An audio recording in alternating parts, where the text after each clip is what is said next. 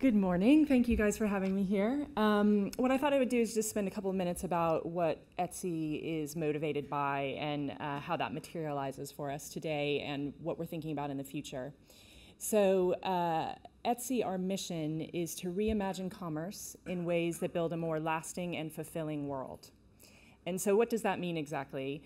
To date, what that has meant is we've built the world's largest online handmade and vintage marketplace.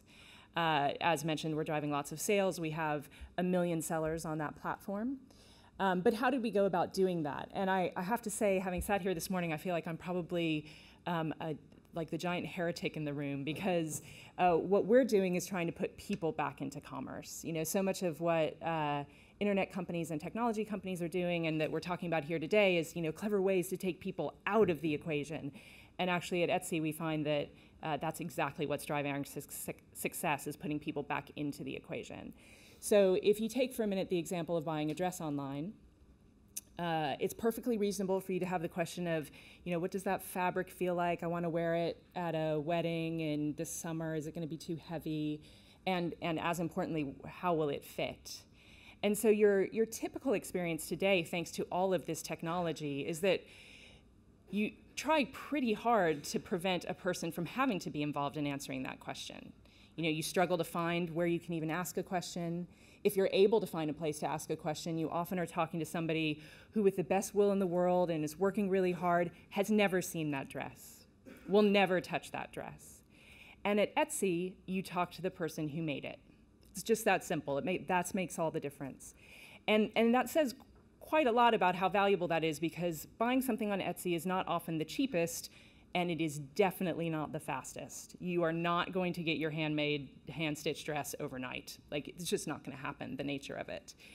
And so we feel really good about bringing people and putting them back to the center of what we do. And one of the ways that that manifests itself, just really simply on our site, is if you go to our product page, you know, and many of you in the room will be familiar with like really optimizing your product page down to every last pixel. Like, how do I get somebody to that add to cart button as quickly as possible? And if you go to an Etsy product page, well above the add to cart button is the ask a question button. And that's just one small way in which our mission and our strategy sort of comes to life, and the way in which we're successful in driving sales despite not being that sort of typical cheap and fast internet commerce value proposition.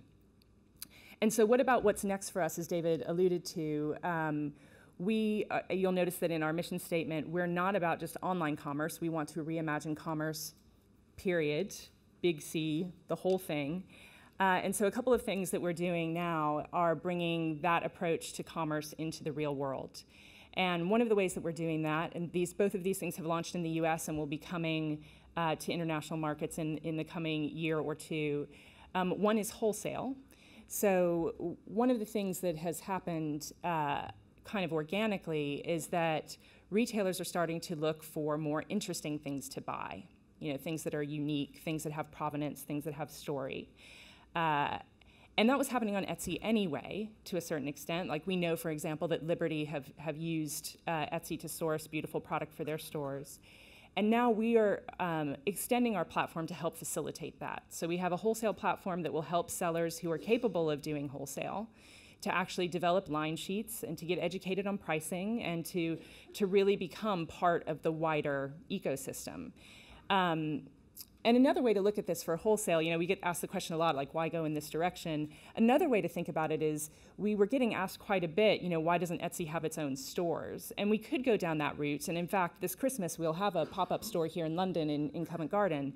But certainly the most sort of scalable way and the best way to make a big difference in the world is to help our sellers get their platform, for us to get the platform and to get their products out into hands of people all over the world using the retailers that are already out there. So wholesale, we think, is a really big opportunity. And then the other is our card readers. So again, Etsy sellers sell at any number of places in the real world.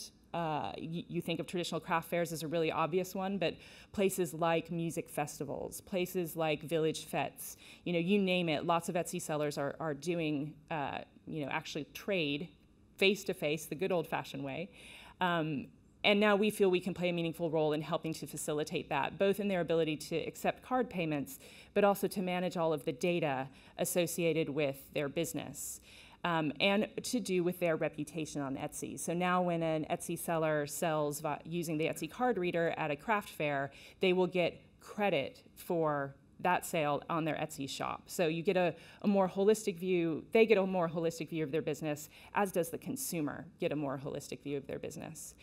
So those are a couple of things that we're really excited about in terms of getting people back to the heart of commerce and what we think is actually driving a lot of the success of our sellers to date.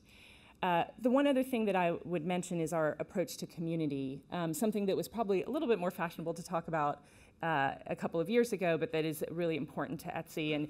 And one thing that I would just give as a piece of advice or some thought to folks in the room is, and this is one of the most astounding things I found when I joined Etsy. I joined Etsy about 2 years ago to help build out the international business. And when we talk about community at Etsy, it's not, quite often I hear businesses talk about community to mean, oh, we have a really good relationship with our customers and we ask them what they think. And don't get me wrong, that is great. Definitely keep doing that, but that does not a community make. That does not mean that those people feel a connection to each other or a purpose for being together. And that has been so much of the great success and joy, back to our mission statement about fulfilling, about the Etsy business, is that Etsy sellers actually have great connections amongst each other. They are, and part of our platform has a feature called Teams, where sellers from anywhere in the world can self-organize into groups that are either topic-based, so there's a female photographers of Etsy team that is global, but there are also very location-specific teams that meet up and organize craft fairs and conferences and connect with each other really regularly. And it's really the power behind those values and the environment that the sellers help create that make the whole thing so cohesive. And that, to me, is what really community is all about. Definitely get your customers' feedback. That is a great best practice, but that doesn't really make community.